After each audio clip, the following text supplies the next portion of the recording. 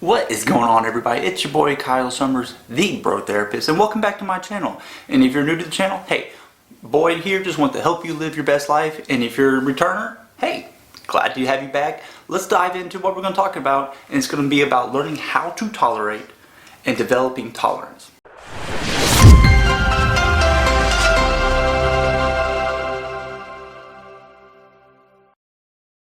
To tolerate is to allow or to accept something that you may disagree with, and you allow it to happen without interference. Okay? And tolerance is your ability to endure pain and to learn endurance from it. And with tolerance, there's a lot of things that we develop a tolerance to, right? Let's take, for example, alcohol. Hey, your boy likes to drink a little bit, and over a period of time, you drink and you can drink more. Your body develops a tolerance, and so in order to achieve a similar state of alcohol endurance, you got to drink more, right? You develop a tolerance. The sun. I'm in Texas. It's hot as hell. If I were to move from Canada to Texas, the sun will feel like I'm literally just like baking in an oven. My body hasn't developed a tolerance to the heat. Skin, it'll burn, right? You develop a tolerance, right? We do this with medicine. You develop a tolerance over time. And exercise. You know, your lungs develop a tolerance. You develop a tolerance to lactic acid. And all of those things have something in common. And it's with prolonged exposure. The longer you're exposed to something, you give your mind and your body a chance to learn how to develop tolerance to it. But exposure is key. Take, for example, Colin Kaepernick. What if he were to have kneeled in his bedroom like a lot of people wanted him to do? Stay off the football field, don't do it during the national anthem, just do it on your own time. It wouldn't have gotten exposure. And without exposure, people like me, you know, can't learn to tolerate. Your mind and body have a built-in ability to adapt change over time, but you got to allow it. Okay, so uncomfortable feelings like fear, sadness, guilt, and shame, those are uncomfortable. Those make us feel vulnerable.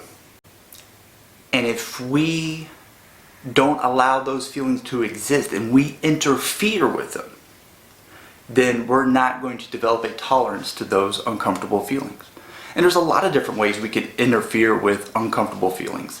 Sometimes it's through anger. Like, anger is a way to cover up and mask vulnerable feelings. And so if we exercise anger in the face of feeling vulnerable, we're going to not develop a tolerance to that uncomfortable feeling. Don't expect you to like the feeling, but to tolerate. Again, to tolerate is to allow something to exist even though you don't agree with it, even though you don't like it. Because these uncomfortable feelings, for growth to happen, you gotta allow yourself to just experience it. Once we learn to tolerate the feeling and allow ourselves to experience it, what then begins to happen is that you can listen to the underlying message, your core beliefs as to what's the inner dialogue, what is the thought process, and what are those deep core beliefs that are fueling these feelings.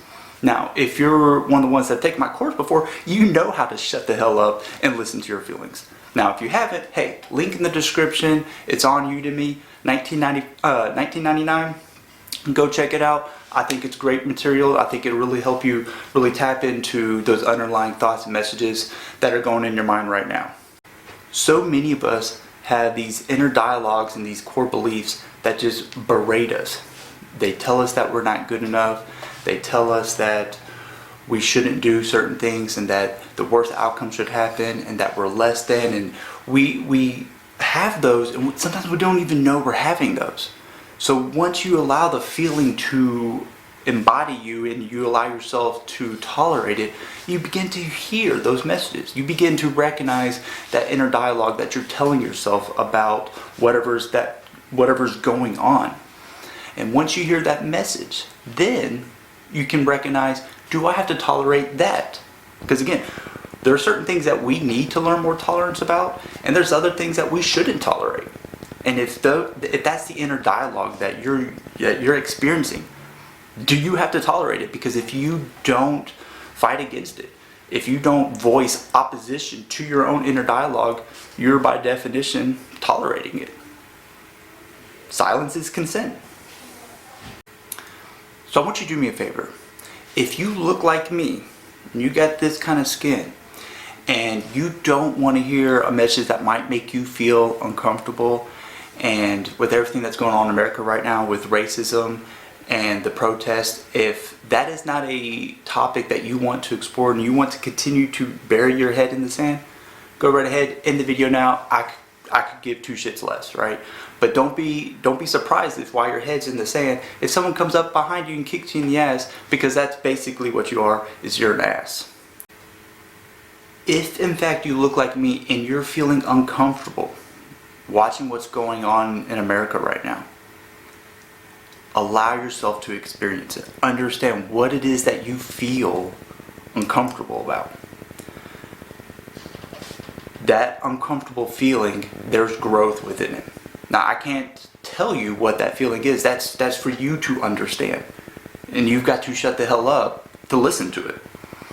But if you interfere with that feeling, and by interfere, I mean you feel uncomfortable and then you're like, oh, I want to now focus on the riots. I want to focus on the looting. I want to insert my comment and I want to be right. That's you interfering with that uncomfortable feeling, and now you just want to be right. And maybe you focus on, well, let me show you the statistics on black crime, or let me draw an example of an example where a white person wasn't privileged, and that there is no such thing as white privilege. And all you're doing is not allowing your mind and your body to learn tolerance to that uncomfortable feeling for you to grow. And without doing so, you can't begin to understand the underlying message, and you can't grow and you can't change.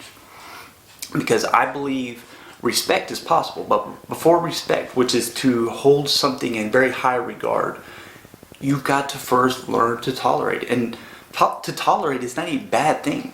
You know, sometimes I think we confuse to tolerate as to pacify someone. No, to tolerate is to, again, to accept and to allow something to occur, even though we disagree, and we're not going to interfere. So therefore, we're listening. Because that is literally the best thing that we can do, is we can listen. Because if you're like me, and again, like me, I mean a white person, you've got to shut the hell up and you've got to listen.